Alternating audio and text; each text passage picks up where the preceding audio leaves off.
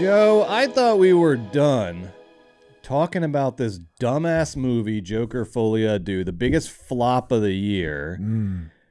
But then wouldn't you know it, this week Quentin Tarantino went and opened his big mouth and called it a masterpiece or something, and now we're talking about it in the damn cold open.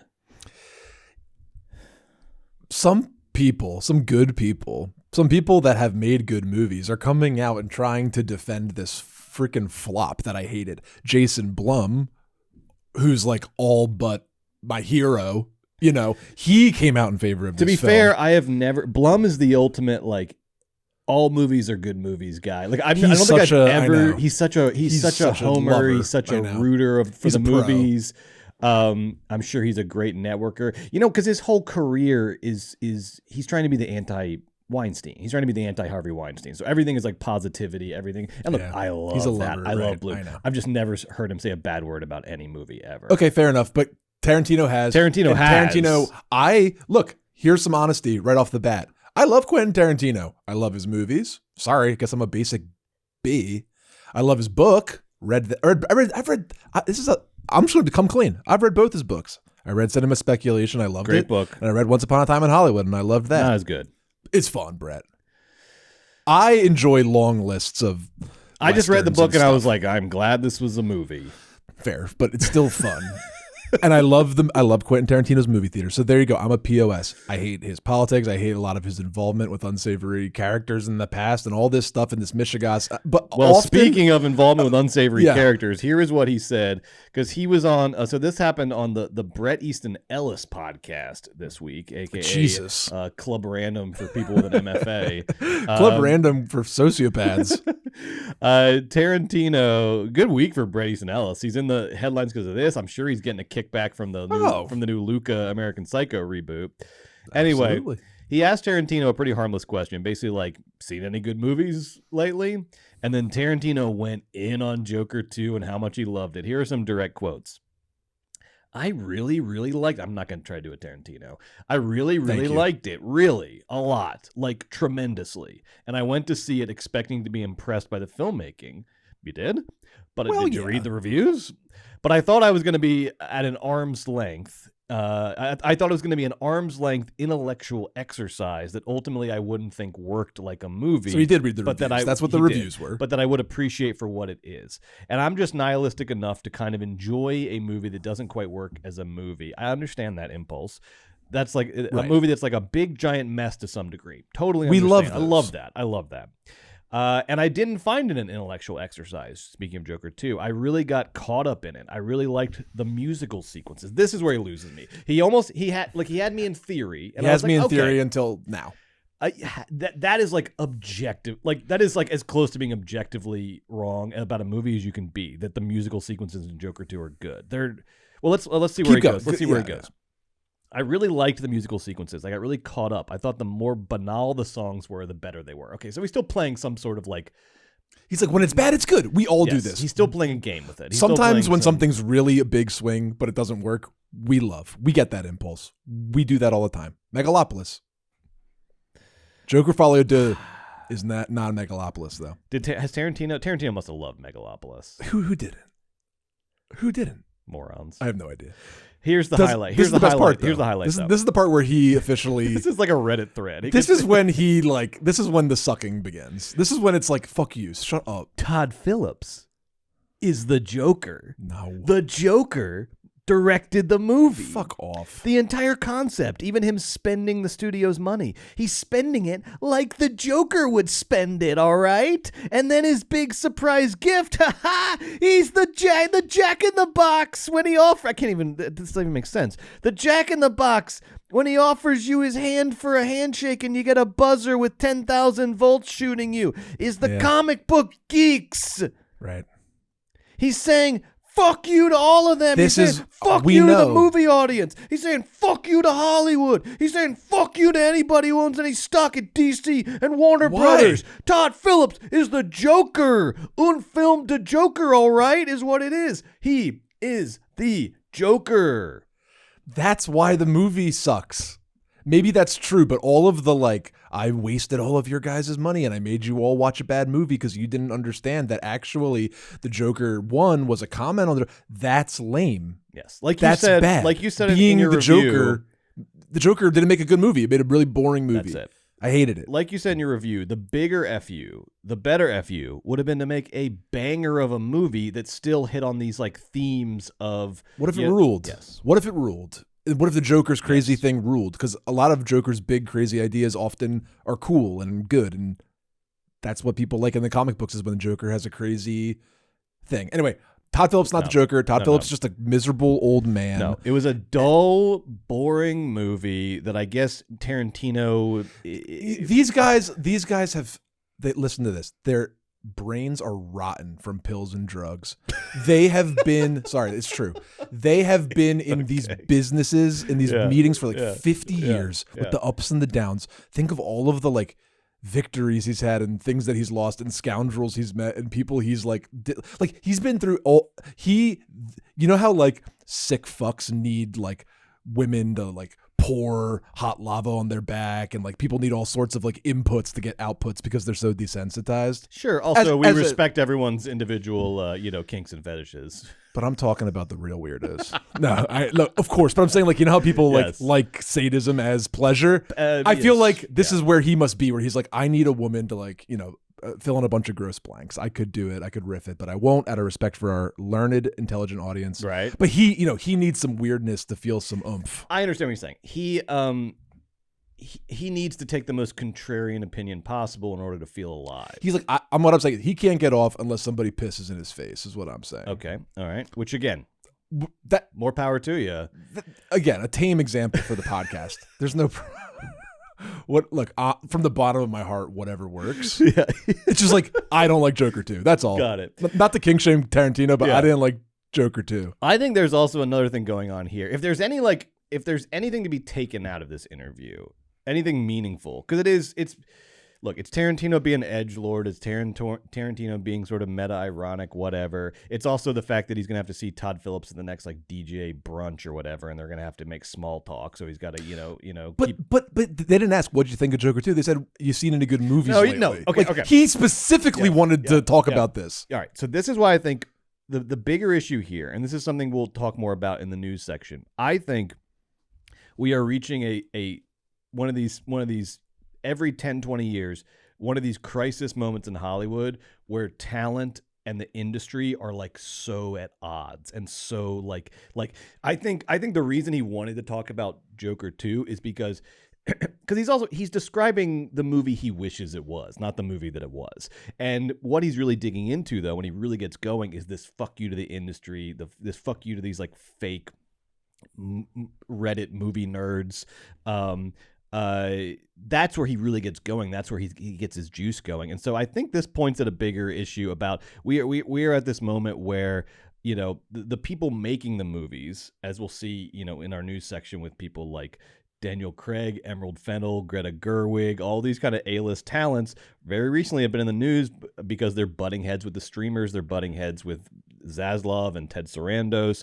And so it feels like Tarantino is feeling that same energy right now. And so he read that message into the Joker, and it plays into something. It plays into a messaging that he feels very strongly about right now, which is that the industry has run amok a little bit and is not friendly to creatives and is not friendly to art right now. And that's what he's really digging into. It seems like it has less to do with Joker Folie à Deux and more to do with his animosity towards the industry. Your analysis was far superior to my analysis. Wow, what a great point. Like, honestly, like, very good insight into that comment. Once we Once we found your point, hold on. I think it was a good one. Thanks. Here's what I just remembered as you were talking. Oh, I'm on the show right now. Brett just brought like a really like good, cogent, like industry-based point. Yeah. And I just realized I wasn't really warmed up and ready for the show. No, here's what you said that resonated with me is that you get to a point where you've seen so many movies in your life, you do wonder if like the thrill is gone a little bit, and one way to rediscover the thrill is just an extreme contrarian viewpoints on movies. Again, excellently said. I had to warm up into the show a little bit, but I'm ready to go now. And after the theme song, I'll be giving cogent, intelligent responses. Just like consenting partners who have had a long-term sexual relationship might at some point feel like they want to spice it up a little bit, and then I don't care about that. I'm talking. That's none of my concern. That's beautiful. I'm resuscitating. That's beautiful. No, all right. I look, man. That's none of my concern. That's beautiful. But look, there are meaningful ways of fighting back against the industry, which again we'll talk about in a little bit. And then there is just this petulant man boy edgelord millionaire this bullshit. Just isn't the one to celebrate because at the end of the day, this ain't the one, Quinn. Someone's going to watch it and then they're going to go, "Oh, you were wrong." He was comparing it to Natural Born Killers, which isn't even one of my favorite movies. But I was like, "It's not. Why you gonna make me defend Natural Born Killers?" It's not nearly in that ballpark, and that's not even a movie, not even a favorite movie of mine. Didn't work.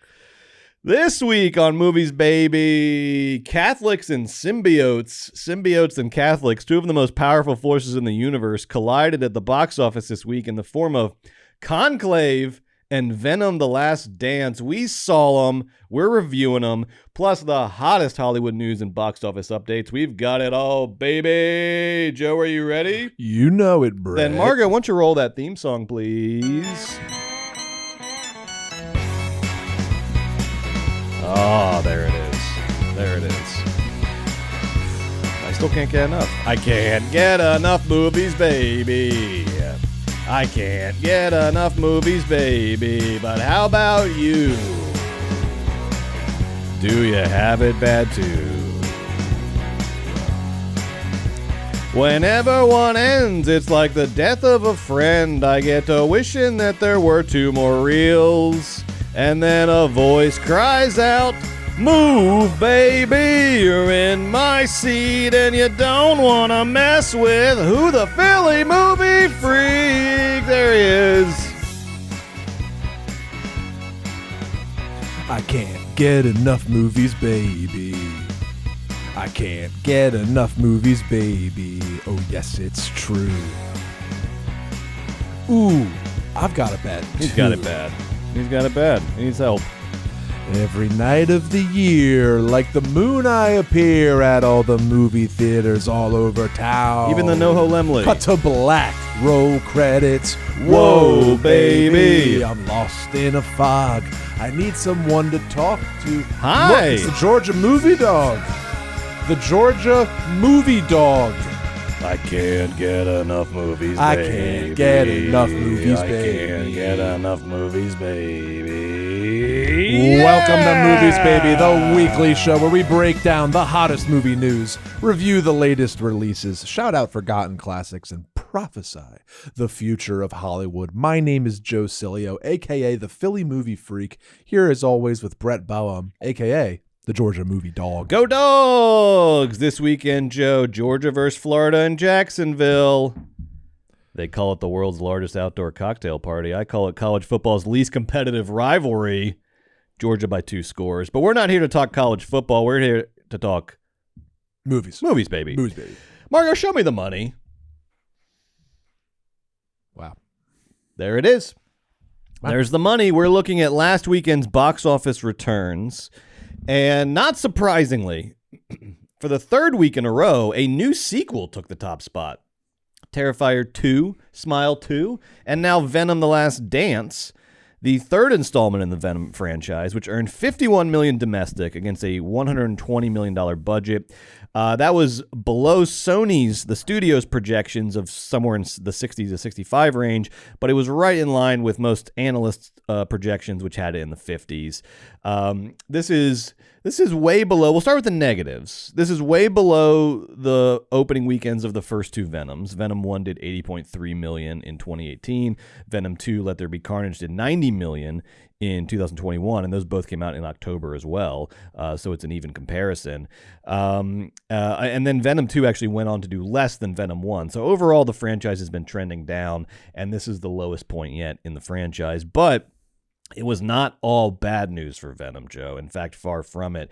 This was the biggest opening this month. Okay. And the month is over. So Venom, The Last Dance, got the biggest opening of the month. Everyone was positive it was going to be Joker Folie à Deux. It was not. It was Venom, The Last Dance. And Venom did very well internationally. This is wild. We're seeing this more and more. It did 124 million opening weekend internationally, most of it coming from China. So that's in total worldwide, that's 175 million opening weekend. Again, off of a $120 million budget. So it should be making into profit in the next couple of weeks. It has to get to about 250 million. And if you compare it to other releases this year, I mean, based on that opening, it should get there. So the headlines were Venom underperforms. I think that was just in relation to the other two. But overall for movies this year, not terrible. I mean, definitely not a bomb. And also we don't get another, because we're into award season now, we're not getting another studio tentpole release for a month.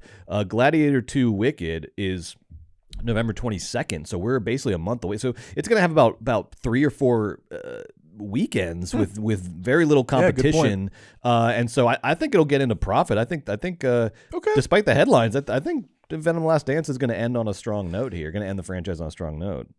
But it will end the franchise. Yes. They're going to eke it out, but this will be the end of Venom. It will, and our review will come later. But one thing you could really tell was because this was part of Sony's SSU, it's Spider-Man universe, extended universe, and it's been the only successful installment in that extended universe. The other ones were Morbius and Madam Web, notorious kind of flops critically, financially, and then they have Kraven the Hunter with Aaron Taylor Johnson coming out in December, which I don't think anyone has. I know about Spider-Man, I know about Batman. What is Kraven the Hunter? I do get a little excited. Even though it almost always turns out to be the biggest bombs in the comic book genre. I always get excited for the deep cuts. When they do the deep cuts. When they're like, all right, we got to. So anybody heard of Kraven the Hunter? Aaron Taylor Johnson is the bad guy, or he's the hunter? I think it's an anti-hero. That's the way the marketing is. I don't know anything about Kraven the Hunter. Yes, I'm sure we'll see it. We'll find out. But you could tell from this installment of Venom that they were starting to try to sow the seeds of IP that could be put into other places in the Spider-Man extended universe. Okay. So the Andy Serkis villain that we see very briefly in this one, he's that heavy metal blonde dude. It is so brief. It's so brief. He's like a Thanos. He's he's up on a planet that guy. Yes. Oh, that was Serkis? That was Serkis. Oh, yes. Okay. And so that obviously is a villain that's going to pop up somewhere else. The guy in space who's just sitting there scheming. But you can tell Portals, you can tell when a studio is starting to farm the IP. It's starting to okay, this is the end of Venom, but we're all about mixing and matching the extended universe. Not talked about a lot, but we have a new studio head very recently, and that's the head of Sony. There was a leadership change. Sony is a Japanese company, owns Columbia Pictures, famously, obviously. They had a really interesting year. They bought Alamo Drafthouse, which is something that's unusual. Old these school days. vertical integration. Pretty cool and exciting. And they had this really, I don't know what it was like behind the scenes, but as far as the media goes, very uncontentious transfer of power. Unlike what we're seeing at Disney, the sweepstakes of the century, unlike what we're seeing at some of the other large firms when people rise and fall. Sony, those mother effers over there, cool as a cucumber. I just got to shout out to Sony. So you're high on Sony, right? Massively pro Sony. Okay. Because, dude, that's some professionalism. I hate the Celtics. I want them to die. They organizationally, they make the right choices, right? Sometimes they have bad seasons. But organizationally, I'd bet the long game on Sony. Whatever they're going to do with the IP, whatever Spider-Man's coming up with, blah, blah, blah. Yeah. I like this new leadership team. I'm all in on Sony. This is also a really smart year to let Warner Brothers and Zaslav take the hits. Let some of these let Lionsgate. This is a smart year to just be strategic and kind of quiet in the background and start working on your long-term moves. Sony doesn't own a streaming service. They're one of the only majors that doesn't have their own. They are a arms merchant in the streaming war, as they say. They make content, they distribute it to all the other streamers. They have a very interesting business model, and I just wanted to shout them out in that regard because we don't talk about them a lot because they operate slightly under the radar. And they're smart. Out there in where they Culver City down there in Culver City or somewhere. They're out there on the west side, right? Yep. And just they're just smart, and like you said, 50 million domestic. It's like, well, whatever they did international distribution wise, they're still smart at pulling those levers internationally. Yep. It's a really good company. I'm just pro Sony. Yep. Another box office success this week. Conclave came out strong. I love that. I mean, look at this, Joe. Old people still go to the movies. They didn't come out for Horizon, but they sure as hell came out for Conclave. Can I say something? Yes. Not spoiler-y at all, but it has it has the Vatican intrigue, sort of succession plot, who's going to become the next pope, but it also has a really nice murder mystery-esque feel. Yes. Yeah. And though, as we know, like, it's kind of like a not funny, but like Knives Out in the Vatican kind of ish. I guarantee there's a nice murder mystery thing there, and that appeals to exactly an older demo. BritBox, your BritBox viewers, and of which we are too. Yes. Like Vatican overchange plus murder mystery equals a really, really strong opening at the box office. Because also I don't want to lump all old people into the same elderly people into the same category, because there are your Yellowstone boomers, and then there are your BritBox boomers, and there is I think my parents are in the middle. I think they do both. Well, there's MSNBC liberals. Yes, yeah. They watch Stephen Colbert, and then there's your Fox News. That's right. Yes, it's another way. So it turns out the Yellowstone boomers didn't come out for Horizon. The BritBox boomers, though, apparently they got money to spend. Their cars still work. They're willing to come out to the theaters because Conclave surprised with 6.6 million opening weekend in less than 2,000 theaters against only a $20 million budget. And 70% of the audience was over 35, and 44% of this audience was over 55, which is what? Is rare. I don't know the last time that happened for a movie that cracked the top 10, but it's been a second. Good. It's been a second. Honestly, like we always bemoan, like more adult movies for adults, please. So congrats, Focus Features. That's awesome. For your success with Conclave. So 1,700 screens, 6 million, 6.6. That's almost 7. Pretty good. That's fucking pretty good. And if you'll if you'll see too, it's not alone, because we're getting into award season when you see the so-called specialty market is what the industry would call it, but we call them indies, art house movies. We've got, let's see, Conclave, We Live in Time, Anora, and Piece by Piece. You got 4 movies in the box office top 10 this week that were all budgeted at like $20 million or under, and were all put out by indie distributors. So it's getting to the end of October when you start seeing that in the box office. But it's also not like that every year. I mean, award season doesn't necessarily equate to money at the box office. So no, in fact, quite the inverse, which is why it's interesting, because we were saying on the pod, Saturday night, some others, they came out of the gate kind of strong, Kinds of Kindness, but then they weren't able to find their footing in wide release, which can imperil your positioning in award season, because you kind of need to have the financial wind in your sails to get that Best Picture nod.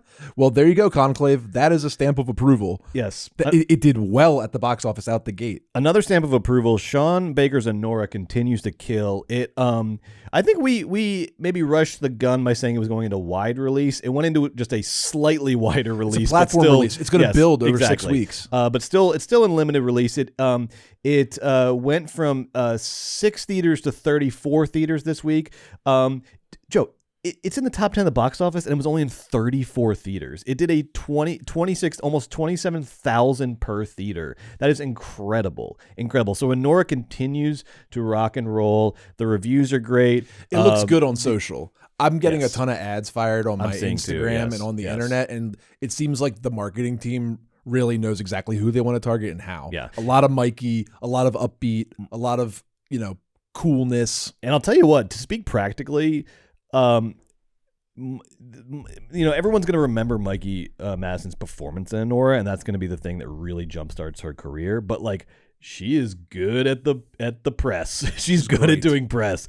She is like a savvy marketer of her own movie, and that's why you see Neon and the Anora team really putting her forefront, is because she's been such a great ambassador for the movie. And man, this is not just because of her performance, but like across the board, her career is about to go into freaking light speed. She's great. She's so great. But Neon is running a playbook, and they're really good at this. Neon has won 5 Palme d'Ors in a row. That's crazy. Not because the movies were all so good. I'm sure they were. But because they ran a playbook as well as, part of the playbook is incredible movies. But then there's other things down the map. To win Best Actress is a game that you have to check a ton of boxes, say the right things in front of the right people. This week alone, Mikey Madison, the way they're positioning her in the marketing is talking about how hard she worked as an actress, how close she was to the sex workers, how much she gave herself over to the material and to the director. That's not just for fun. That's building a campaign for Best Actress. That's building a story. So she's smart because she took good advice, and she can fucking win Best Actress because she's going to do the playbook. Yep. But just like, I just want to, these things don't come out of nowhere. I got to respect Neon for running the marketing award season book perfectly. I don't feel like this message has sort of gone mainstream yet, but I think after this year, Neon has eclipsed A24 as like the preeminent indie film distributor. As A24 looks to scale a little bit more and be acquired, A24 is trying to they're going to dilute the product, and Neon is in that perfect sweet spot where the creative and the financials are serving the same purpose. A24 needs to put more movies in more theaters so they can make more revenue, so that they can Warner Brothers can buy them. When Warner Brothers, that's a horrible example. Imagine somebody with money could buy them. Amazon, etc. Or your pals over at Sony, maybe they're in the market for. I mean, they have Sony Pictures Classics, they'd but be so you want a hipper label. Take a look at Everybody. A24, baby. Freaking Amazon's going to buy it. Speaking of projections, though, what's coming in the future?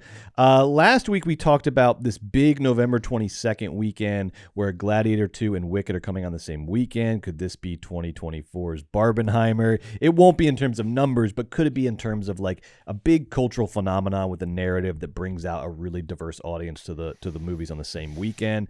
It could potentially, but I named that as like the biggest weekend left this year for the box office, mainly because of the uncertainty around it. We really don't know because the pre-sales haven't been strong, but then there's a lot of anecdotal stuff.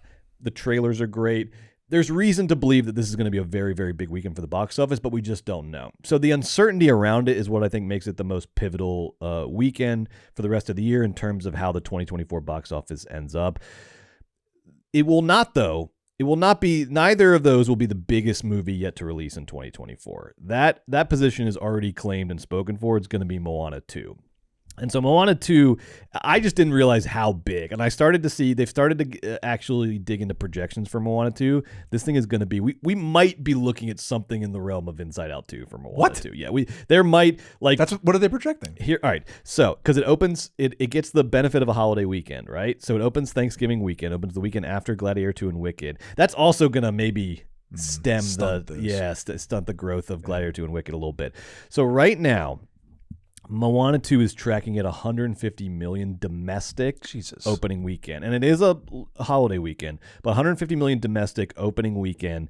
And people are saying, and those projections are going up, with movies like Joker 2, Borderlands, Everything. these big flops. Venom. We saw the projections going down, down, down. These projections are going up, up, up. So 150 million might even be conservative. Sorry to put you on the spot, Inside Out 2 do? It did like 180, didn't it? Damn. Yeah, I think. Yeah, that was the biggest opening weekend of the year. And so it's very possible. I took Enzo, my son, to Barnes & Noble this weekend, and in the kids section, big Moana 2 section with like books and action figures and like a whole little stand. Like, it's coming. Moana 2 is coming. It's going to be huge. It's going to be massive. Right. And it's also unique. I didn't really think about this, but it is unique in that because it's a Disney movie, right? It's not Pixar imprint. It's just Disney movie. And Disney, I think this is, correct me if I'm wrong, but like previously all Disney sequels have been straight to video. I mean, you think of all the like Lion King 2 straight to video, like the Lilo and Stitch sequel straight to video. Like, has Disney, and correct me if I'm wrong, Chad, but there definitely have not been a lot of them. It's against their model. I'm sure, not Pixar, I'm sure you're Disney. Kind of wrong, but I can't think of one right now. Like Toy Story 4, yeah. Well, I guess did they make Frozen 2? Frozen 2. So this is something that they are starting to acclimate to. It's like these days they'll do it. Yes, but it's still a rare thing for Disney to do a theatrical release of a sequel, and that's interesting. I think there's some uniqueness around that. And the first Moana, the first Moana made somewhere in the realm of 600 think it was like 687 million total. And so if Moana 2 just matches, because Moana was like bigger. Not a surprise hit because it's a big Disney movie, but like a surprise classic. Yeah. You know, like a surprise modern classic. Absolutely. And I think inside and with the musical element to it, like it's gonna pull from a lot of audiences. So many people have seen it now. I think, I mean, it really feels like Inside Out 2 is the only template for it. And if it is, that means we're in for a big, big movie. I mean, if it just matches what Moana 1 did, it'll be top 5. They can get Bob a big gold watch, a second gold watch to go with his first one. Right there. That's nice. His big Moana 2 face on his big gold watch. Here's another comparison for you. Despicable Me 4 only did 75 million opening weekend, and it's currently sitting at 965 million total. So if Moana 2 does 150, we're looking at our third $1 billion movie of the year, which will your prediction will come meet true. My prophecy will come true of for the first time ever 3 animated movies in the top 5 of the annual box office. I think it's going to happen. You've been saying it all year. I have no like award to give you if you're right. You will have your pride, but I'm thinking this year we did our fantasy movie draft. Yes. But I do feel like for next year we're going to need some like industry predictions. Tack them up on the wall kind of stuff, you know? Because you've been saying it all year. You've been right. You've been right. I don't want to toot my own horn too much here, but I've kind of been killing it with the predictions lately. Not my word. Because you also, remember last week I said I think the other Predator movie's animated, and then 2 days later, all over the internet. Yeah. Animated. I think I'm killing it with my predictions. Please, You just have to wait a little bit more. Got it. To see all 4 parts of Horizon in a box set on the Criterion collection. I would not. That would not be the example I would use. You bide your time, and then 20 years, Criterion collection, all 4 parts. Boom, Horizon. That almost doesn't count though. It's like a different like historical cycle. Like your predictions have to come through in this historical cycle. Well. Yeah, in our lifetime, it has to come true. Well, I do want to give you, if we can kick off our movie news segment, I want to give a tribute, Joe. We lost one of our great actors this week, Terry Garr. Rest in power, Terry Garr. We were talking about Terry Garr recently because we watched all the Coppolas, and we were talking about how amazing she is in One from the Heart. I know One from the Heart was a highlight for you from the Coppola filmography. You, of course, also have incredible performances in Young Frankenstein, After Hours, Tootsie, which she was Oscar nominated for Best Supporting Actress. Also a great, we always talk about when we talk about like great talk show guests, it's always like the guys. It's like Grodin, Norm Macdonald. You go back and look, Terry Garr. Terry Garr is on the Mount Rushmore of great talk show guests. From Letterman, Carson. She was so good in that medium as well. Also, like I was looking at some of her stuff I didn't know about her. A real badass. Let's see, in March, because we know Hollywood, Hollywood actors like to have their little progressive, causes and do their kind of phony activism. But occasionally you come across a real one.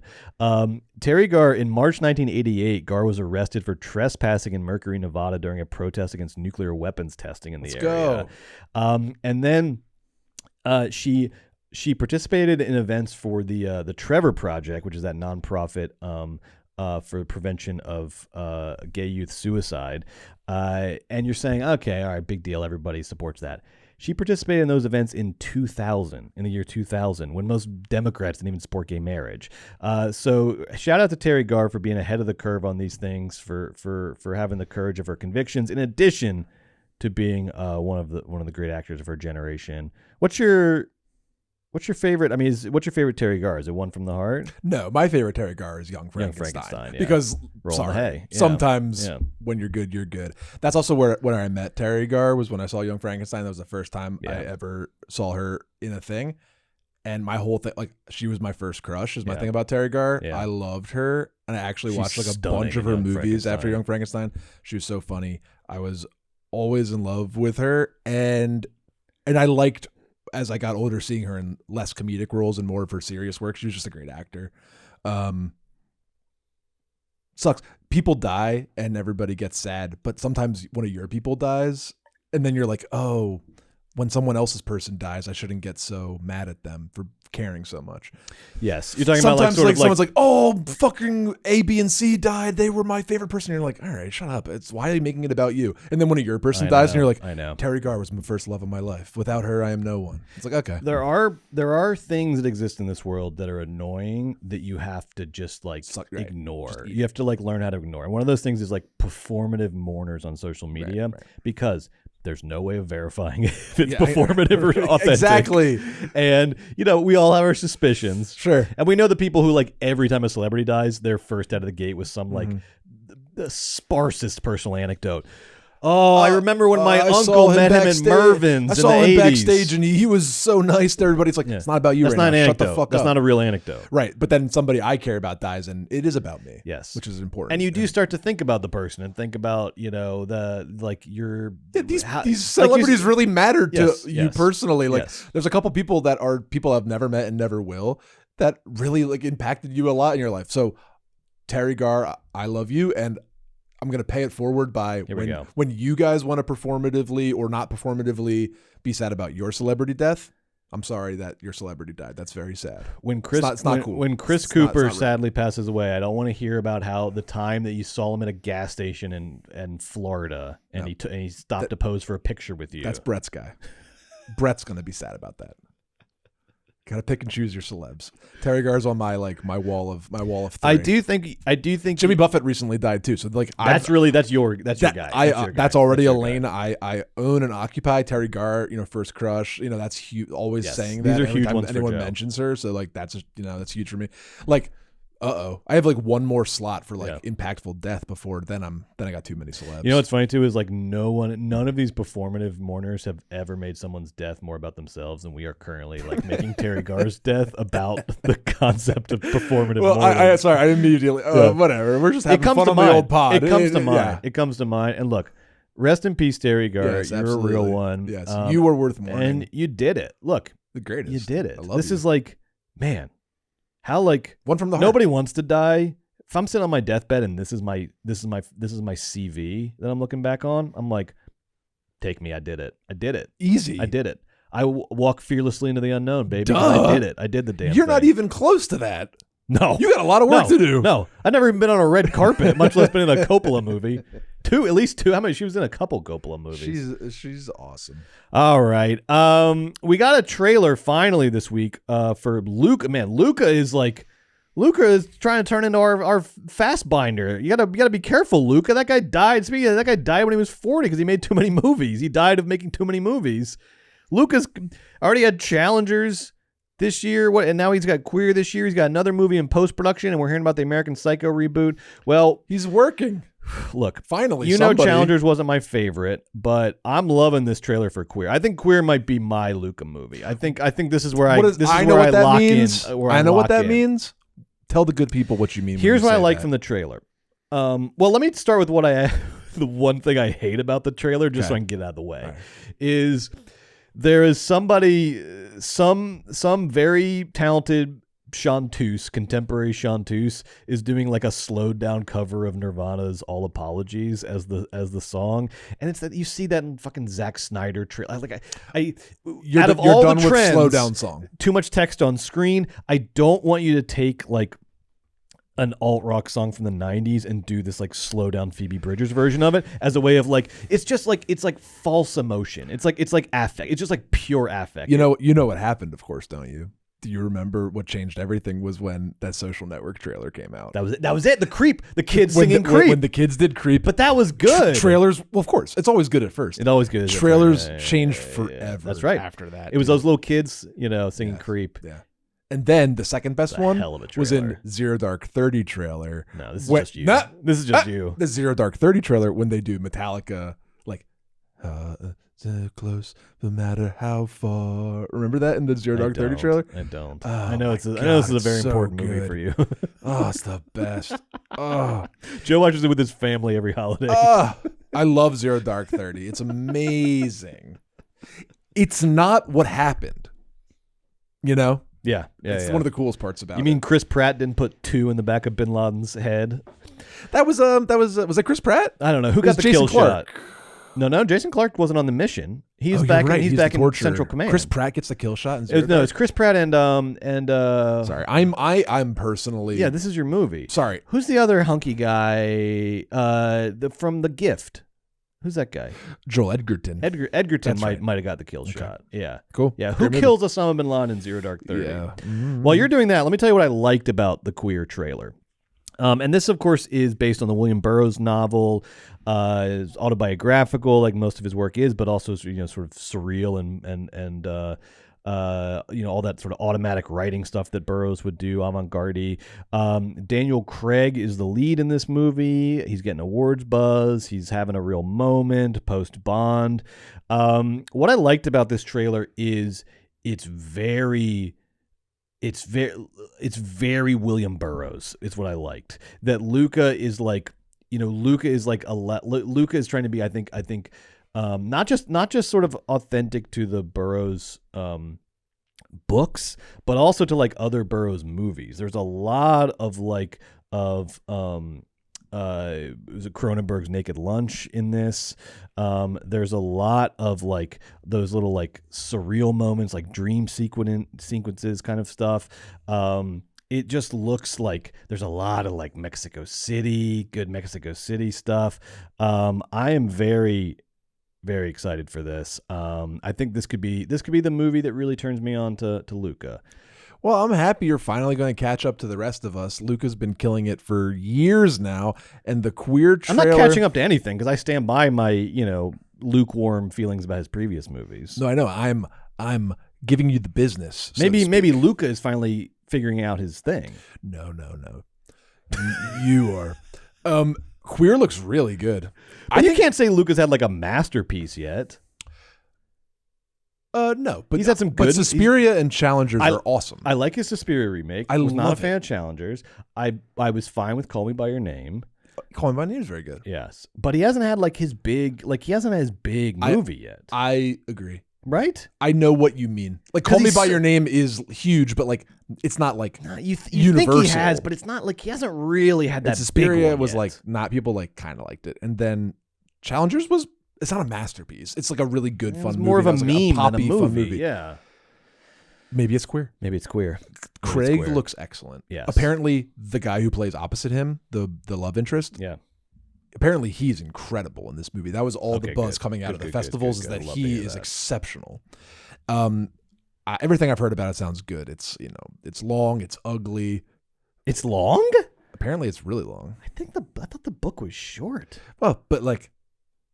Books take 3.5 hours to read when they're short. No, apparently it's like really you get to live in the town with him and see him do his thing and be a horrible guy and be a drunk and be all that lecherous stuff. And holy shit, 135 minutes? Apparently it's really long and really like arty and great. It seems like you talk about one for them, one for me is quite a bit. The book's 160 pages. It's a novella.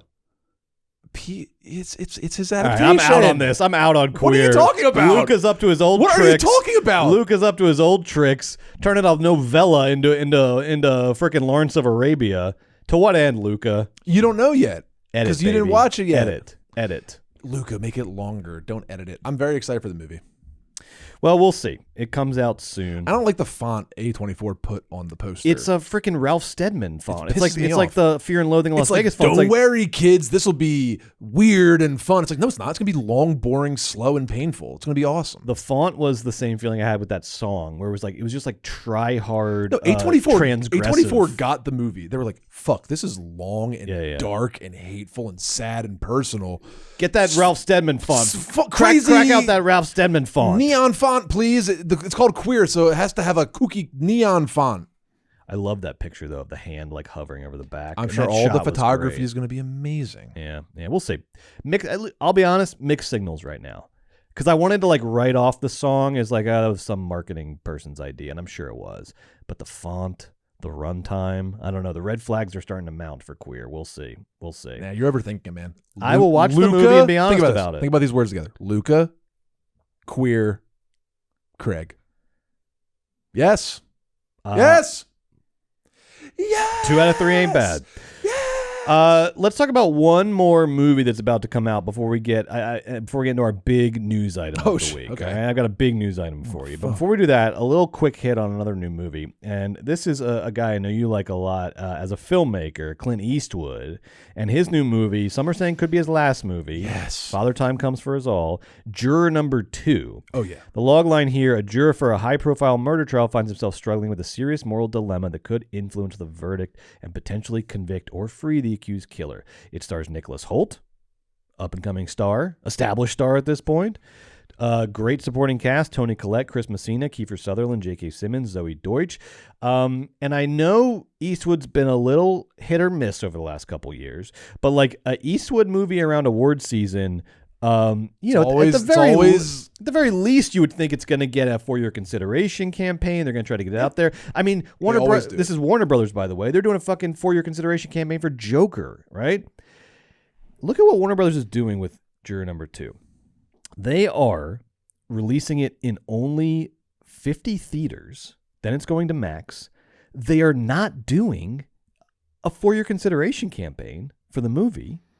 They're barely putting a marketing budget behind it. They are like burying this movie. And at first, when these reports came out weeks ago, a lot of people were like, "Oh, I guess the movie's not good." Kind of like the Rosemary's Baby prequel that went straight to streaming for Paramount. Everyone's like, "Oh, I guess the movie just didn't cut it." Right. But then the critics started to get a look at it. The reviews have been good. The reviews have been great. Yeah, the reviews have been like strong, and some have been like great, like rapturous almost, like Eastwood's back kind of reviews. Well, you said the magic words, Warner Brothers. Yeah. Like, those fuckers can't get out of their own way. They're so fucking annoying right now. They're so stupid. And word is this was mainly the decision of head honcho David Zaslav, who apparently based this almost exclusively at the poor box office results for Cry Macho. Mm-hmm. You know what, though? And he said he told his team, because Eastwood has had a long-term relationship with Warner Brothers, much like Christopher Nolan. Yes. Who they lost to Universal, and apparently they're willing to make the same mistake again. I guess they're banking on. I guess they're just assuming literally the wager is Eastwood's about to die. Eastwood has like a whole like suite of bungalows on the Warner Brothers lot, and he like works out in the weight room every day. Like he's been doing the same thing every day for 20, 30 years at Warner Brothers. He's 100 years old. He's not going anywhere. Zaslav reportedly said to his team when he was basically saying like we're gonna bury juror number 2. Apparently he said to them, because they were like, well, but Eastwood's been so loyal to us and he's been part of this company forever. Zaslav said it's not show friends, it's show business. Hold on. Great line, loser. Hold on. He in the newspaper quotation marks around that. From an unnamed source. That's such a that funny, he said to his that's team, like it's not show like friends, it's show business. Gauche thing that you say to be cute because it's a bad line from in a movie. You know what I don't understand is like I don't understand. Okay, so 50 theaters and right to Max. I guess they just have all the back end financials figured out. I think they're just like writing this off. This is like a write-off. My question is why. We just saw Conclave just made $7 million from Focus in the box office this weekend. That's like adult, like older, like not elderly people, but like Brett said 44% of the audience was over over 55 years old. This is that kind of movie too. Juror 2, like this, it has Clint Eastwood's name. Cry Macho didn't do great. I understand that. Nicholas Holt's a name. That's what they must. Great supporting cast. I guess while I'm not surprised by the distribution plan based on they just have it all figured out financially, and they're just risk averse. But Brett, I'm surprised to hear that they're not going to do it for your consideration campaign because I thought this movie was supposed to be really, really good. Here's the thing. Which doesn't mean like you have to pay for a campaign. Like it costs money. Like Neon's paying a lot of money to make sure Nora gets a Best Picture and Mikey Madison wins Best Actress and all that. And they're just not going to do it for Juror 2. I guess they just looked at it. And it's a lot of money, but it's also money that's in the budget. Like that you have a budget for this. They have to, they're using it. A, the budget's been cut, and B, they're putting their chips on another player. But they're doing it. There's no way it's Joker 2. But they're doing it. They did it. They did a full FYC for Joker 2. It's out there. But they have to have like cut that. like there's like a pre-spend. There's no way they're like continuing that campaign through the season. I mean, like there's money has to be spent between now and February. After the flop happened. Yes. Really? Yes. And that's what people were kind of making fun of, was like, what are you doing over there? Here's what I think the bigger problem is, though, and this is going to get into our big news story of the week, which is talking about in the cold open. We seem to be at one of these pivotal moments where talent and the industry are always at odds to some degree. Talent and studio bosses or, producers, etc. Always at odds. That's just part of the tension that creates the movies. And I would argue that when that tension is like at its tightest is when you get your best movies. But right now it's at its sort of like, it's at one of its like, boiling points. And obviously Zaslav is getting a lot of that animosity. Like, this is just bad as a look, regardless of like the actual financials around Juror Number 2. Like, you already alienated Nolan. Now you're pissing off Eastwood. Do you really want this to be Warner Brothers' reputation? Is that you run all you're disloyal? You run all your long-term partners off the lot eventually because you fuck them over, you stab them in the back? And for what? Just do an FYC for Juror Number 2. Who gives a shit? You're not... Here's why I agree. We just talked about last week regarding Nolan how they gave Phillips such runway on Joker 2 because they had to retain the talent. Yeah. Because all of the big talent that brings in big dollars, they're marching out the doors to the other studios, and you need to retain talent. So becoming a more talent-friendly operation, then you would want to do, make Clint Eastwood feel good. Then here's what I disagree about what you're saying. Yeah. Which is like the coldest, hardest facts, which is like Clint Eastwood's going to die and Zaslav doesn't need his fucking loyalty anymore. It hasn't mattered for 20 years. That circles back to my point. Bullshit. Is it like, you're right. He's probably going to die next year. And it doesn't let's be fucking honest. matter whether or not. But what's going to live on is that like in the taste. last year of this guy's life, after this decades long partnership, you decide to not do you decide to shit on his last movie.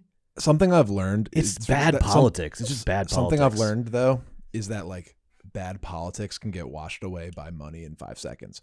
If Warner Brothers is able to sell, where's the money going to come from? Okay, all right. I'm saying exactly. So it's like, I don't like or dislike this. I'm just like guessing what Warner Brothers is thinking. Yeah. It's just like, no. Stop we are $100 million in debt. Yeah. Stop buying shit that doesn't matter. Juror 2's not going to win Best Picture. Right. Nicholas Hoult ain't going to win Best Actor. Fangool. Just put it on Max, and Eastwood's going to die. I don't need his loyalty.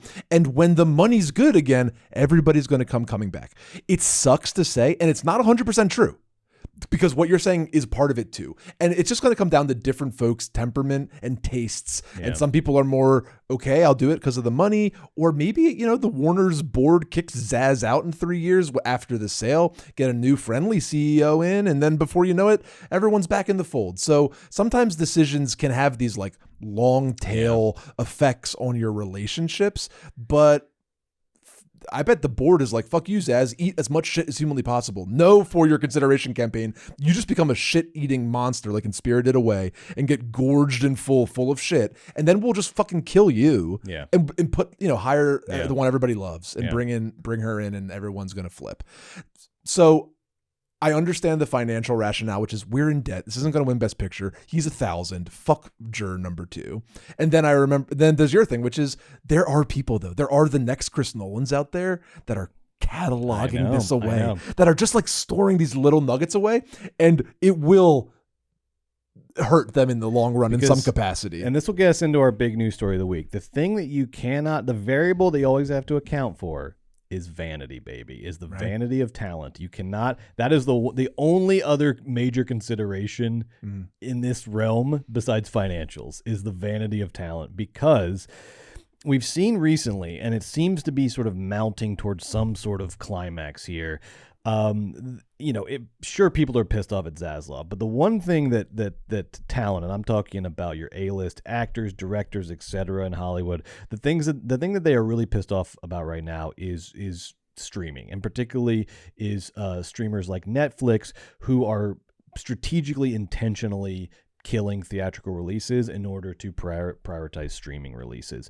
But couple of events have happened over the last couple of weeks where we see talent, big name talent, pushing back against this without a financial motive. In some cases, losing money in order to push back against the influence of streamers, and particularly Netflix.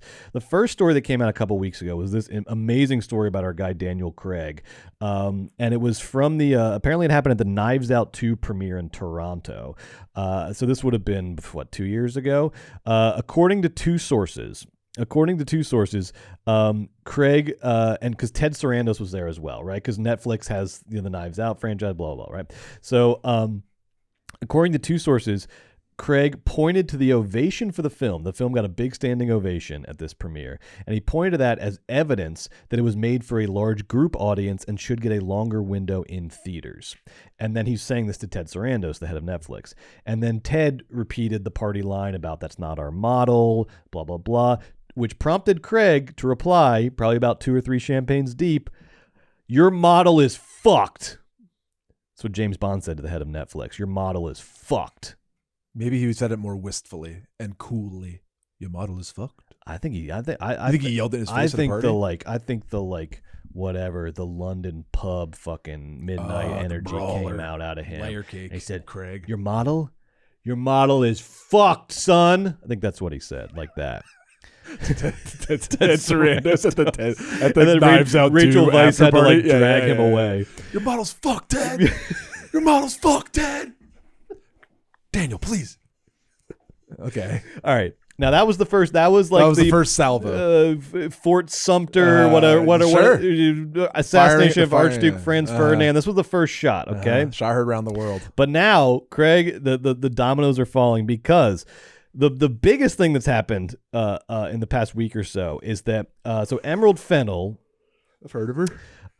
Coming off a Saltburn, big phenomenon, blah blah blah.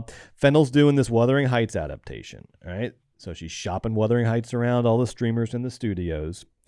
Netflix was offering her $150 million budget. I don't know what portion of that was hers, but probably a nice little chunk. $150 million budget for a Wuthering Heights adaptation. Crazy, right? Emerald Fennell rejected Netflix's offer and went with our friends over at Warner Brothers, who I guess the only people they look better than in the eyes of talent are these streamers.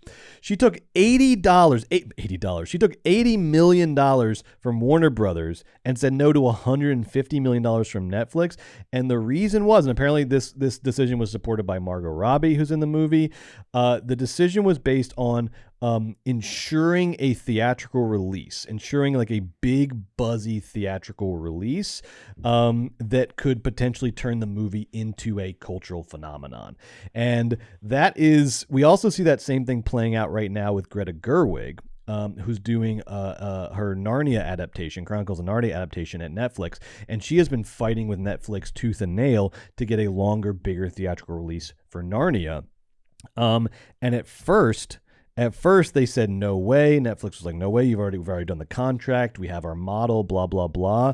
But this in the past few days, it's come out that it looks like they're starting to soften, maybe based on this Emerald Fennell thing, because now they're saying that Gerwig's Narnia is going to get an IMAX rollout on 2,000 plus screens. At least that's being discussed. And so it seems like some dominoes are falling here, that miraculously every once in a while the money isn't the only factor, that talent still has sway, and talent is still wants the vanity of a big theatrical release, a movie that's a cultural phenomenon that gets awards buzz, that becomes a big, and maybe this is all coming out of Barbenheimer last year, that people saw what Barbenheimer did. Margot Robbie obviously is in Barbie, Greta Gerwig directing Barbie, and people were like, that's what I want. And at a point, what's the difference between a couple $1 million? I want, I'm going to be rich regardless. What I really want is that I want to be a fucking culture maker. I want to be at the center of the conversation. I want to be fucking Taylor Swift. Success in theatrical distribution drives cultural clout and currency in a capacity that only the topmost content on the streamers can ever emulate. Like Stranger Things is how big you have to be culturally impactful. But then think about Terrifier 3 and how that was not of equal cultural impact, but of a substantial cultural impact. because it had that theatrical release on a smaller scale than Netflix was able to do with their biggest things. What I really want to say is the cost plus model isn't going to work for top tier talent.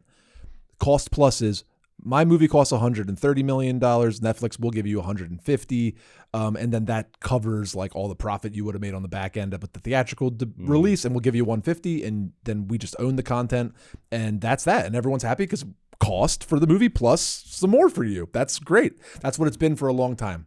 Problems with cost plus is when you are LeBron James, you don't want cost plus. Yeah. You want fucking points. So world domination. Margot Robbie, who's a very brilliant producer beyond acting, she and her boys over at WB just made $1 billion together. So when Emerald was shopping it out, she's like, "Oh, Netflix will give you $150." It's like, don't worry, like it's not just $75 million from Warner Brothers. Yes, it's $75 plus the opportunity. Not just to have cultural impact, but to participate in the profit of theatrical release. Great point. Because if you're betting on yourself, if Wuthering Heights makes $400 million domestic and you own 2%, like that's better than whatever share of $150 million you're going to get from Netflix. So on smaller scale projects, you don't necessarily want the risk of the upside. But when you are the top 1% of performers, like a Greta Gerwig or a Margot Robbie, you aren't gonna. You can't pay that talent flat fee. They're getting a portion of revenue, honey, right? That's another part of it. So yes, theatrical is important culturally, and that is not kind of like that is true, and I believe that in my heart. That's why people want it. It is a vanity play, but don't get it twisted. There's so much money to make in a successful theatrical release. Great point. And not to get too Nicole Kidman AMC, promo about all of this, but very practically speaking, like the magic of the movies is like a thing with cultural cachet that drives all of this. It's what drives people to want to be in movies. It's what, makes people love movies. It's not just the movies themselves, but like the culture around the communal civic kind of function of movies in our lives. And that requires us to get off our asses and go down to the movie theater and see the movie in theaters. It's not a chore. And it's a gift. Anytime, whether that's, in the late 60s because the studios didn't know what the fuck people wanted to see, or whether it's in the mid 90s when TV is starting to, really eat into, movies, theatrical releases, market share, and people are going to less movies.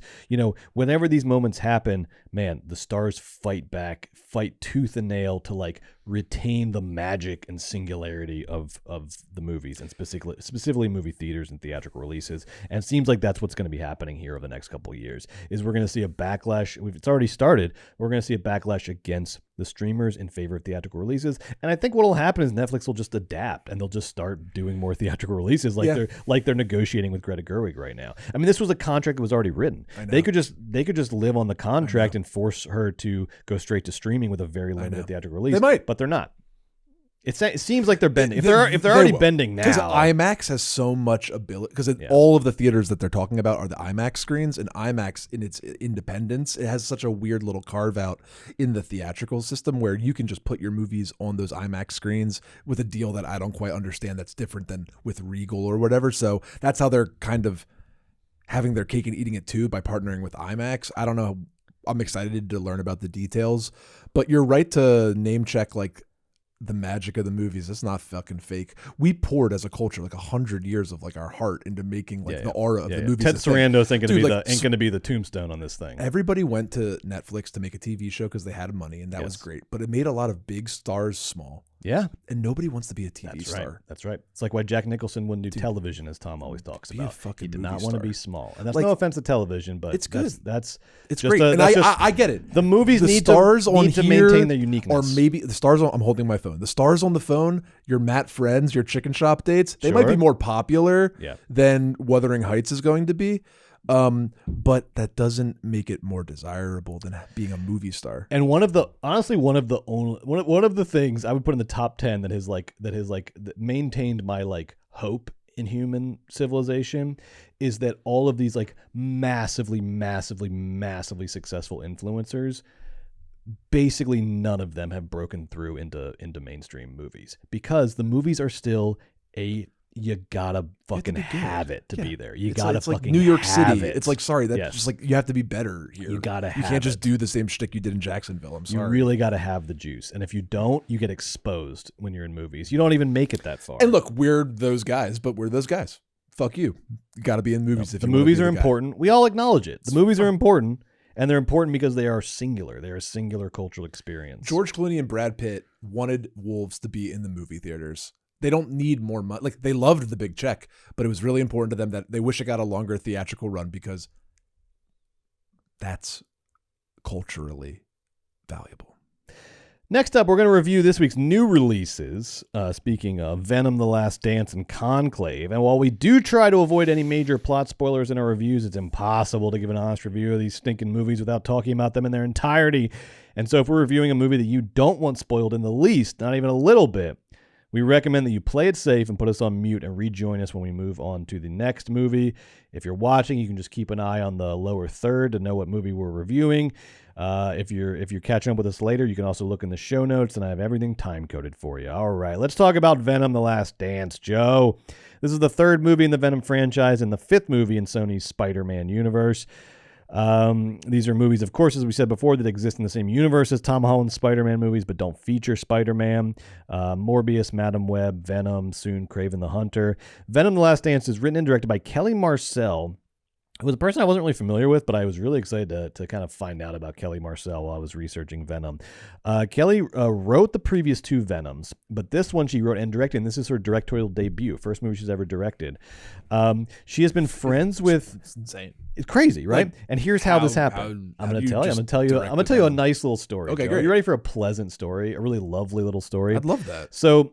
because I was looking at, I kind of like followed the breadcrumb on this because Marcel, some of her other credits are she did uncredited script work on Bronson, Tom Hardy's breakout movie, and Mad Max Fury Road, his like real breakout movie, Hollywood breakout movie. And so I was like, oh, so she's like an uncredited script work. So I was like, oh, so she's like Hardy, like she's pals with Hardy. Sure enough, they met back before he made Bronson. Before nobody knew who Tom Hardy was. They met at a pub in Battersea, which is in South London, because Hardy was doing an acting workshop at this pub in Battersea. She worked down the street at a video rental store. You're kidding. She came to this pub and was there. It was unclear if she was there for the acting workshop or was just there to get a drink after work, and Hardy's in the back like talking fucking crap. Doing some funny voices. Yeah, exactly. But they like hit off and became friends.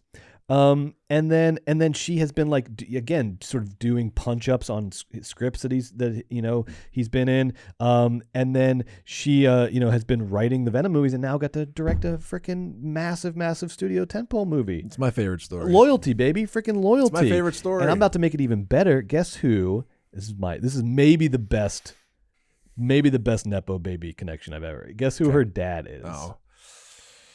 Terry Marcel, the director of one of my favorite sword and sorcery movies, Hawk the Slayer, baby. Her dad I love Hawk the directed Slayer. Hawk the Slayer. Isn't that fucking awesome? Yes, Kelly Marcel. We love.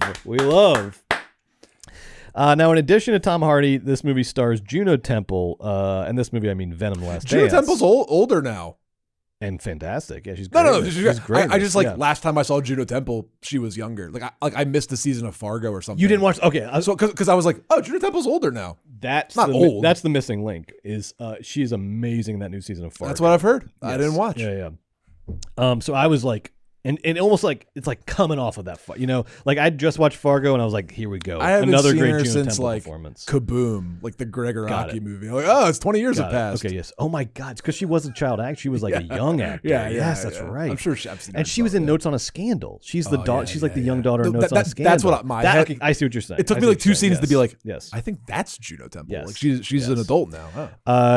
Chiwetel Ejiofor, Rhys Ifans, just some great British character actors here. Definitely. Stephen Graham. Yeah, Stephen Graham giving so much in Venom where I was like, Stephen, you're too good to like care this much. Like cut it back by 15%. My man never phones it in. My man No, I know. never He was phones it giving in. so much that it was like almost embarrassing.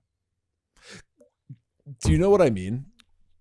I know what you like, mean. He's trying, like, it's his job in the movie is to show us how scary having a Venom inside you could be, right? So he's really like, I got a Venom stuck inside me, and it really hurts. But he also has a lot of he's like doing a lot. And his Venom is sort of a little more like poetic, he's got philosophical. But like at first, his Venom is hurting him inside of him or whatever. Yes. And Steven is like really acting. No, he's really going tough. for it. I can't say a bad word about Stephen Graham, but I know what you mean. Thanks. We also have Peggy Lou, who I think is the only person besides Tom Hardy to be in all 3 Venoms. She plays Mrs. Chan. Of course, you got Mrs. Chan in the Venom movie. Obviously. This Mrs. Chan cameo is fantastic in this one. The director of photography is Fabian Wagner, who's mostly worked in TV, Sherlock, but like TV, Sherlock, nice. Game of Thrones, right? That's some good stuff. Very good. Venom: The Last Dance follows Eddie Brock, Tom Hardy, and the the symbiote Venom as they go on the run after being framed for the murder of police detective Patrick Mulligan. That's Stephen Graham. They have to get from Mexico to New York for plot reasons. It's a road movie, and their journey coincides with a bunch of crazy intergalactic fate of the universe stuff, and it all climaxes at Area 55, which, as we find out, is the real secret military base several hundred feet underground beneath Area 51, which was nothing this whole time and is being decommissioned due to inactivity. You mind if I give my take on Venom: The Last Dance? I don't mind at all. First of all, the franchise as a whole, I have really, really enjoyed the Venom franchise. I'm sad to see it come to an end because it has been this bizarre breath of fresh air in the comic book extended universe multiverse landscape, because I think I was trying to figure out what is its appeal. Obviously it's sort of like kooky silly, Tom Hardy's doing the voice. What I really have liked about it is its kind of lack of like strategy. You know, so much of these comic book movies seem to like they've gone through so many rounds of producer notes. They're part of Kevin Feige's big master plan, and it's plugged into this big release schedule. It's going to be a Comic-Con. Venom has been refreshing because it sort of doesn't give a fuck. It kind of feels like, and I know it's not actually true. There's a lot riding on this movie for Sony in terms of their kind of extended universe Spider-Man stuff, but it doesn't feel that way. It's like it's not a movie that's trying to, you know, or this franchise hasn't been trying to like bludgeon you into submission or manipulate your nerddom for financial domination. It's allowed Tom Hardy and Woody Harrelson and even Michelle Williams in that first one to give these kind of weird gonzo performances. And it's also actually funny. I'm so, you know, I mean, in a landscape of comic book movies trying to be funny, it's true. Trying to Venom be funny. Is funny. This movie is funny like because it relies on like just old school silliness, like funny voice. He's cute. Like, Venom's like silly. I'm sorry, but funny voice is going to be 10 times funnier than your Parks and Rec spec script every single time. Not mine. Every single time. I just mean quippy, try hard comedy. I'm kidding. I don't have a Parks and Rec. Is always going to. He does. I've seen it. It's always good. It's actually good. 3 main characters die in it. It's kind of shocking. That is not true, folks. That is a lie. I've just loved Venom's silly, not obnoxious, just old school, just, you know, belly laugh freaking comedy. Do the silly voice, do the Venom voice. Really, it almost so much of the appeal of this franchise just comes down to Tom Hardy's Venom voice. Single-handedly. Eddie! It's just like the joke of like, he says something and then Venom like sets him straight, but he shouldn't have. I never get tired of it. Every it's time. So funny. Yeah, it's just so funny hearing that classic voice. Now, Venom: The Last Dance was more of a mixed bag for me than the previous two, and it's really it's a great example of things that I love in comic book movies and things that I hate in comic book movies. And I'll start with the bad because most of the bad stuff for me happened in the first, you know, hour of the movie. That to me, I thought it picked up in the second half, but the first half of Venom 3 was rough and had a lot of red flags, and I was like, ugh. Like what? This franchise is, they lost it. So I thought it leaned too much into Deadpool and Wolverine kind of meta in jokes. Yes. There was mentions of like, I'm so sick of this multiverse nonsense. There was basically like, there was lines where I was like, just look at the camera. This is basically a look at camera line. Just look at the fucking camera, you cowards. If you're going to do look at camera lines, just look at the fucking camera. But better yet, don't do the lines at all. Just do the funny voice. Like, it's not broke. Don't, what are you trying to fix? It's not broke. Just do the fucking Venom stuff. But it felt like it was trying to be more Deadpool and Wolverine, which was not great. There was just more. there's more just like impenetrable lore around symbiotes and xenophages and the all this different stuff. And I was like, I had this feeling so much with comic book movies where I was like, guys, you didn't like, these are MacGuffins. But movies have been doing this forever. Like movies since Hitchcock, before Hitchcock. There's always like the only thing we need to know about the hard drive is that it's what the bad guy and the good guy are trying to get. We don't need to know the fucking like specs of the hard drive and who made it and where it came from and all this stuff. And so much of these comic book movies think that the MacGuffin is supposed to be the point of the movie. And it's like, no, the MacGuffin is just like whatever. I feel like Venom, The Last Dance, though, like it really like the specifics. Like it really like words over the part where it was like, go get the magic ball. Like I heard them saying words. I heard comic book words. I just turned my brain off essentially and was like, they're going to have to find the ball and the ball is going to turn them into Venoms or something. Well, this was the mixed bag of the movie was that like, I would have loved just like barely any of that at all, much less. I agree with you. But B, like, I agree with you. That's why I like the second half of the movie. They kind of give up on it. They give up on it. Yeah, they give up on it and they just lean into Venom stuff. Right. But for the first half of the movie, there was a lot of these red flags where I was like, oh no, Venom is just becoming just another comic book movie. And there also is a lot of like stuff that is clearly, the other thing that really bugs me about comic book movies is when it's just a farm for IP for other movies, where it's like they're doing things that don't serve this movie, but that serve this big master plan to create other movies. And the biggest example of that was this, like, I didn't know it was Andy Serkis either until I looked it up. This mysterious, cool looking villain Krull, who's basically like we said, Thanos. Like he's on some other planet. He looks super like metal and like cool. They don't do anything with this character. They introduce it as though it's going to be some sort of like super villain. And then it was like, remember when Marvel like briefly introduced Thanos, but didn't really do anything with them? Like just sort of tease. It's like that where it's like, ugh, I hate, it feels manipulative. I hate being in a movie where it's like, this character isn't for this movie. This character is for 2 movies down the road. I just fucking hate that shit. Make the movie you're making, and then next week you can make next week's movie. And there was just a lot of clunky plotting throughout the first half of the movie. But it hit a really nice stretch in the second half of the movie, and for like a solid hour, I was just riding high on like pure Venom adrenaline, and I was having a lot of fun because it got back, it found the weird heart of the franchise, and it starts around the appearance of a character I did not think I was going to like at first, which is Rhys Ifans' like alien obsessed dad who takes his entire family on this like vacation to see Area 51 before it gets like blown up out in the desert. I did not think I was going to like this character at first because it's a very generic character that seems pulled straight out of like Independence Day, etc. This sort of alien obsessed, like, you know, paranoid guy, conspiracy theory guy. But some point around that like Space Oddity sing-along in the RV, some spell took over me, and the movie started to get like simultaneously like it started to find its heart, and it started to really find the comedy of Venom again, and it just got sort of like elegiac and sort of like moody. Like there's that scene at the end of that sing-along where Tom Hardy's like looking out the window of the van and they're going through the desert, and then they get into Vegas. They pull into Vegas like late at night, and like Rhys Ifans says something like America's great city of second chances, or I don't know. There was just suddenly like everything was working out of nowhere. Like all the lines were working, the like road trip thing was working, Rhys Ifans' weird family was working, and there's that part late at night where only Tom Hardy and Rhys Ifans are awake, and Rhys Ifans is talking about like portals and what's out there in the universe, and he's essentially doing that like Hamlet speech about like there's more things in heaven and earth that are dreamed of in your philosophy. He's doing that sort of thing, and Tom Hardy's like, I know, I got one like in my head right now. But there was just like a spell that like overtook me, and I was like, okay, I'm fucking on board now.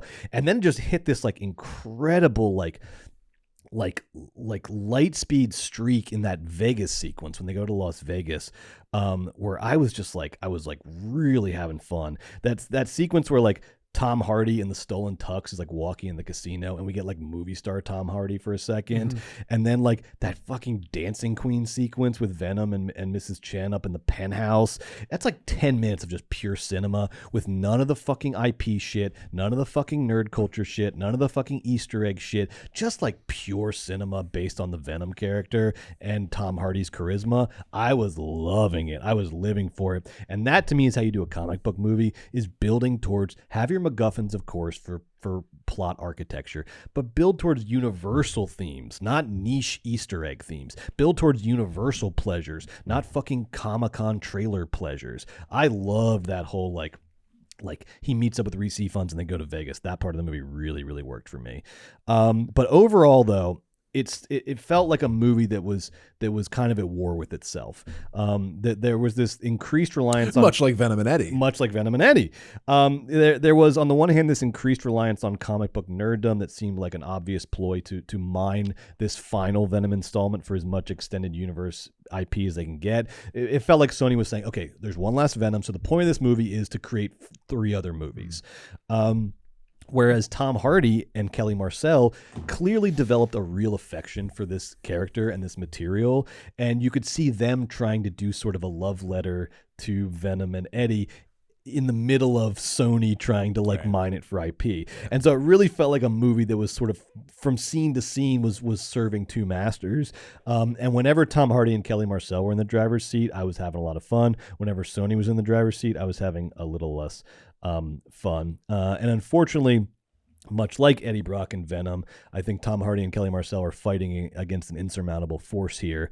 And at best, could only manage a noble defeat. But when it works, like I said, I think Venom is the best comic book movie franchise in recent memory. And it worked enough in Venom 3 that I would recommend that you see it. Oh, I would not recommend that you see Venom 3 in the movie theaters. I'd recommend you see something else in the movie theaters this weekend. Venom 3 you can catch late at night on Max or whatever one day. I found Venom 3 to be a little disappointing. Has really fun bits and parts because at its core, there's a lot of love in the Eddie and Venom characters. Like Brett was saying, there really is like a big heart there and the characters are really fun and funny. I was just a little disappointed during the movie. I thought it was a little boring and clunky and stupid and I wanted it to end. And at the end, it did my least favorite thing, which is like, this happens like in Iron Man 3. Famously in my brain, where it's like, now everyone's an Iron Man. There's like 12 Iron Men and they're all different colors. And it's like, what? This happened in, sorry, spoiler for bullshit movie, Venom 3. Venom 3 at the end, it's like, oh, everyone's a Venom. It's like, I fucking care. I want to go home.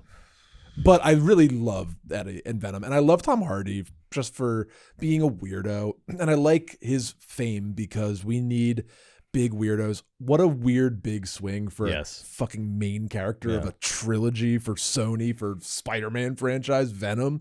Really funny choice. Big fan of the franchise. Love the story you told me about Kelly and Tom's relationship. I can't wait to see what they do next. And I think Last Tom Dance, and Kelly I'm on board with. Last Dance, me too. Last Dance has like plenty of fun fits and starts. I thought about being charmed by the hippie family a couple times, but ultimately it didn't. Just soggy this. I didn't think I was going to be Joe. It snuck up on me. I understand. Snuck up on me. I understand. It's not like they were horrible. Yeah. A lot of good people in the movie. A lot of like love there. Just, I don't know. It kind of unnecessary. I hear you. Kind of unnecessary. I hear you. But like, if I done. I like the character Venom. I like the character Eddie. They're just not, who cares about Venom Last Dance? Well, let's talk about the movie that I'm very excited to hear your opinion on because, and I'm sure you're excited to hear my opinion because this movie is on the last movie on your fantasy draft list. Wow. At the beginning of this year, we drafted 5 movies each plus an alternate. Movies that we thought collectively we would like the most this year out of all the new releases. And whoever got the highest ratings out of all their movies wins. Right now, you are up 3 points on me.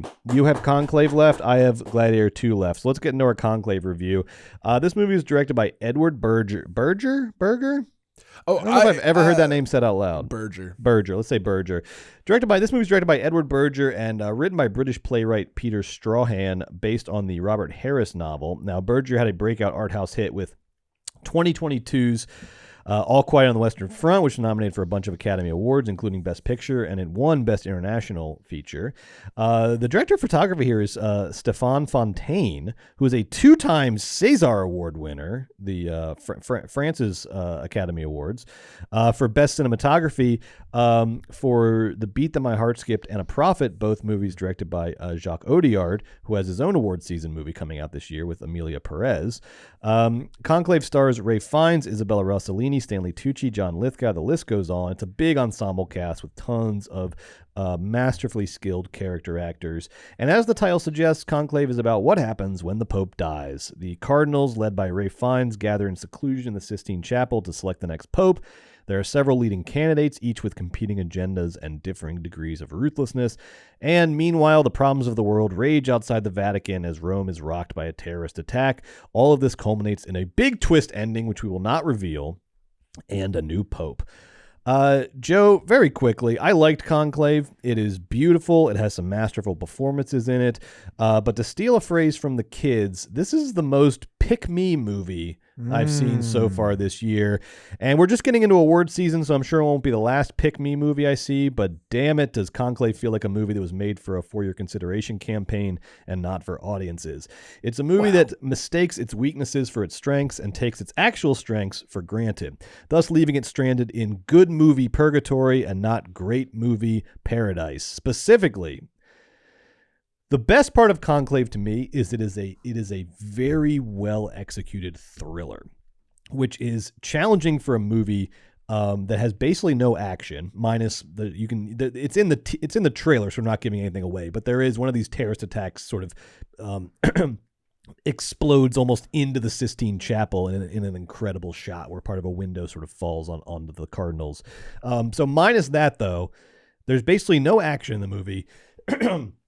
And the plot is cyclical. It's almost like a Run Lola Run plot. It is just like the Cardinals vote, and they don't get a consensus, and then 20 minutes later they vote again, and then 20 minutes later they vote again, and then 20 minutes later they vote again. And so for a movie that has basically no action and a kind of sort of intentionally repetitive plot, I thought this movie managed to really build tension in a really effective way and constantly ratchet up the stakes from each vote to the next vote. Because in between the votes, you find out, with Ralph Fiennes playing amateur detective and Isabella Rossellini playing this sort of like source of intel for him, you start to find out more about the pasts and the secrets of the different cardinals who are in the running to be Pope, and then that sort of leaks out and affects the next vote. So I thought it did a great job of kind of like of balancing diversity and consistency in its plot, where you're doing the same thing over and over again, but every time it feels different and it feels more impactful each time.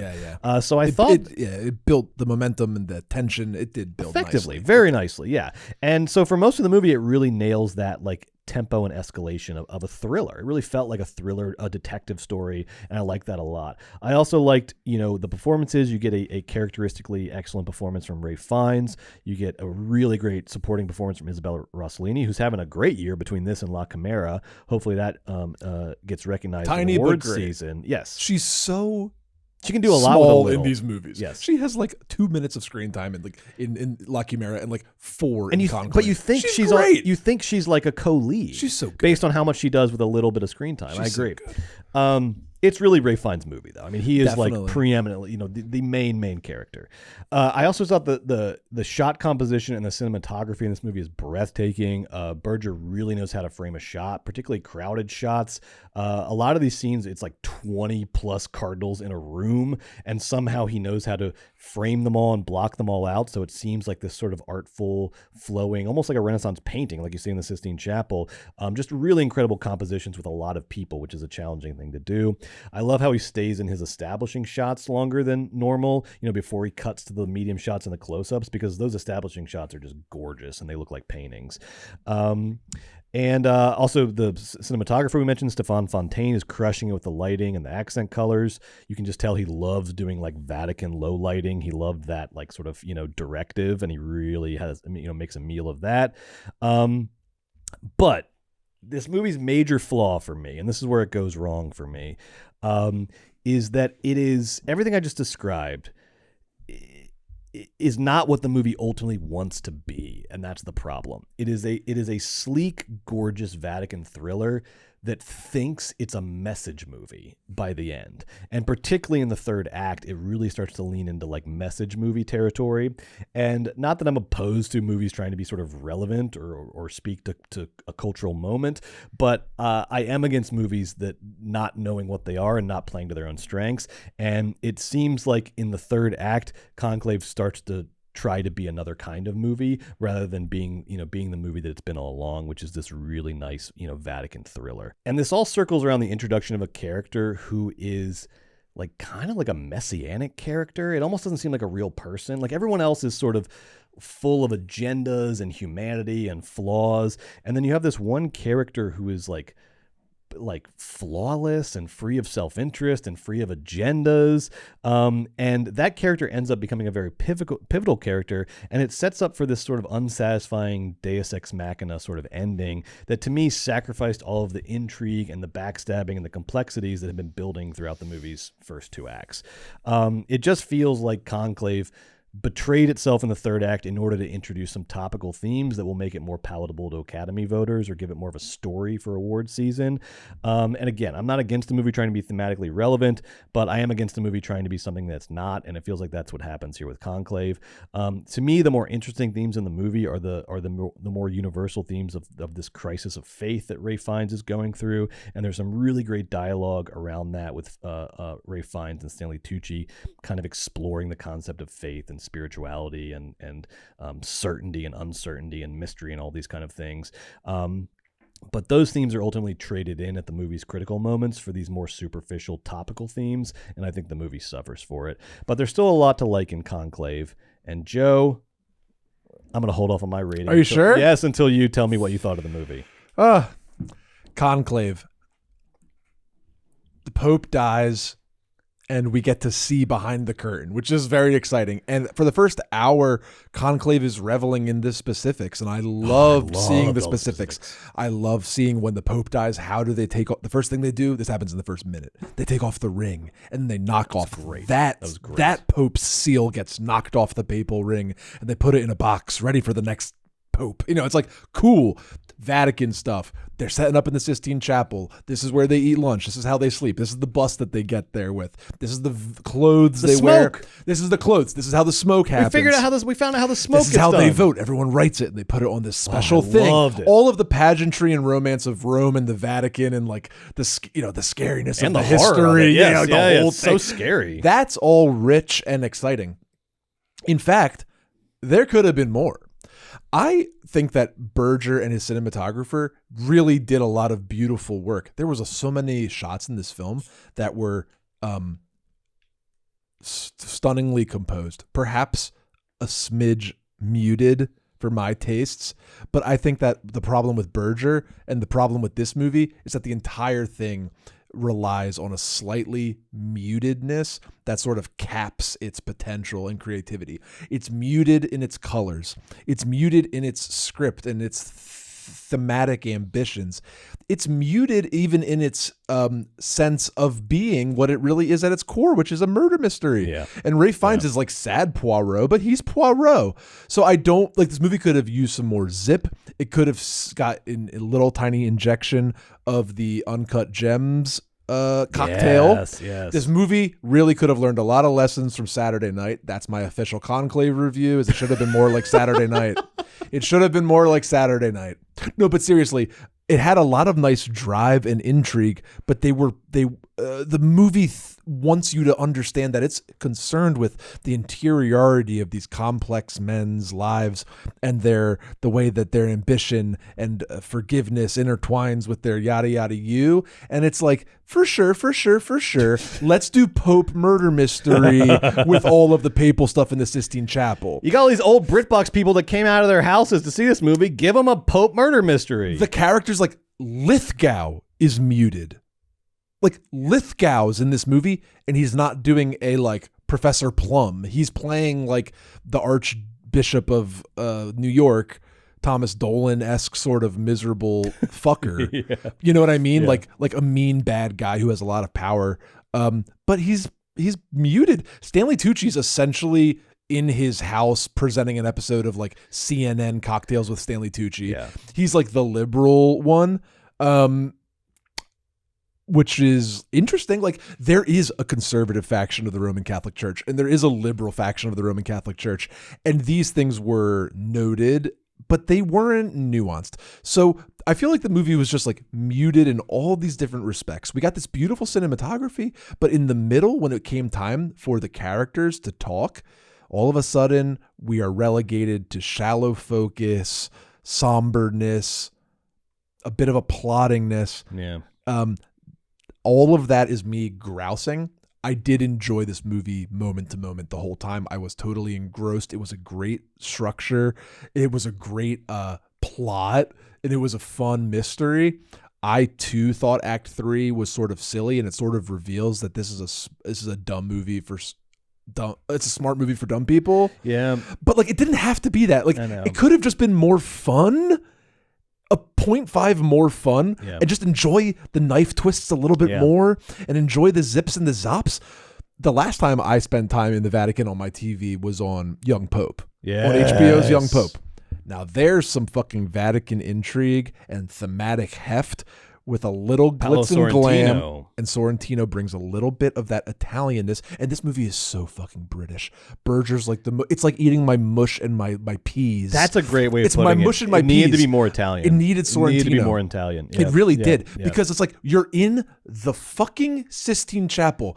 Go ahead and show me some of it. Like, as many beautiful shots as we got, and I am talking about tremendous geometric compositions with impact and force, lovely photography, but so much of like, why are we doing soft focus? Like, behind you is the Vatican. Let's see some marble. Like, I get that you're not actually in the Vatican, but like, let's spend some money on the marble. And then like Tucci's just like not acting. He's just like, he's being Tucci. He's just like is Stanley Tucci dressed like a cardinal, just like talking? It's like, okay, that's not acting, but thank you for being in the movie, Tucci. I just wanted more from this movie because I'm watching it. It's good, but this is the British muted mushy peas Vatican, and I like my Vaticans sexy and colorful and mean. That's great. That's a great review, Joe. That's a great Thanks, review. Brett.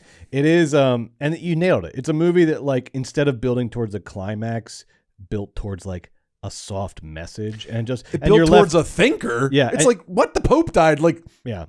That's supposed to be fun. And you were left wondering what could have been. It's one of those movies where it's like, that was a good movie. All I can think about is how much better it could have been. Yeah, you know what? And let's just blame Berger. He's young and talented and going places enough. He can take it. All right, this is on you, Berger. I'm going to blame you. So I'm going to give it a 3.5. Joe. Brett, that's exactly what I gave it. Right. I think we're in we are in lockstep on Conclave. This movie was born to be a 3.5 because it's like, watch Conclave. You won't not like a minute of it, but then afterwards you'll go, that should have been better though, right?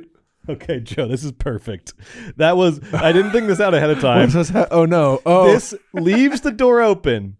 This is like in fantasy sports where it says like you are 99% likely to win, but not 100% likely, because this leaves the door open for a tie. I could still theoretically tie because we are right now at we've graded all your movies. You were at a strong 40.5. That's strong. Good. That's strong. Really good. That's strong. 40.5 out of a possible 50. I am at 30.5 with one movie left. So if we both give Gladiator 2 perfect scores, perfect fives, I will tie. And I don't know what a tiebreaker is, but look, man, it could happen. It could happen. We heard it was not great. out of the game. I'm not eliminated from playoff I've given contention. a 5. You've given 2 5s on this list. Is I believe like 5s happen. This is very exciting. It's very, very exciting. And just like, look at that. The bike riders just fucked you. Bike riders fucking hard. But like, how were you to know? Because I remember Jeff Nichols hasn't made a stinker yet. I was about to pick the bike riders, but you took it because I was like, yes. How is this not going to be a fucking excellent film? And it just stunk. Bike riders really messed me up. You didn't have nothing really messed you up. That was your Civil consistency. War, but like we did the recount. But even that was just a 6. Yeah. All right. Well, speaking of things to be excited about, let's look at what we have coming up next week. We're really getting into awards season now, the highs and lows of awards season, because we're finally going to get a look at this freaking Jesse Eisenberg movie, A Real Pain.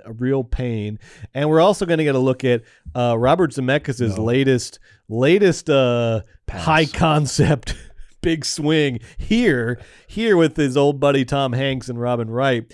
And we are supposed to be, Joe, according to our plans, watching every Robert Zemeckis movie and ranking them worst to first in next week's second hour. We'll see if we are physically able to watch all Robert Zemeckis' filmography. Let's see if I'm physically able to get through here. Start with here. I'll start with here. And if I can get, because I saw the trailer for the 18th time when I went to go see Venom or whatever, and I was just thinking in my head, like, oh my God, I'm going to have to watch this whole movie. Let's do this, okay? Because there's no way we can do a worst to first for Zemeckis' filmography by next week. Let's do, which we've done before, let's do top 5 Zemeckis. Yeah. Because that way, because we've both seen like 75%. I've seen a bunch I can of throw them. 3 away. Exactly. Like, exactly. Right. Okay. Yes. Fine. Good. And when we're doing top We'll 5, do top 5. there's certain movies when you get 30, 45 minutes in, you're like, this is not top 5. Yeah. All right. This is Top not 5. All right. All right. So next week in the second hour, we'll be doing top 5 Zemeckis, and we'll do a Patreon poll so that you can chip in as well and tell us your favorite Zemeckis movies. And then right now, coming up in a mere 10 minutes. If you're on the Patreon, hang tight. If you're not, get over on that Patreon, baby. Patreon.com/moviesbaby with 5 Ys, because we have a new episode of Weekend at Bergman's coming up. Our 80s season rolls on with the last of the horror episodes for October. We are doing Opera, Dario Argento's Opera versus Halloween 2. Ooh. And the theme here is 2 movies that Joe really likes. That's right. Yes. We could also do slashers where we are first person. Very, very, yes. The POV shots. It's first person the slashers. POV shots. That's sort of the Yes. real theme, but then the theme of the heart is I love these movies. Great. I cannot wait to talk about them both. Hang tight, everybody. Get over on the Patreon, and you don't want to miss this. Weekend at Bergman starts in 10 minutes. Bye. Bye.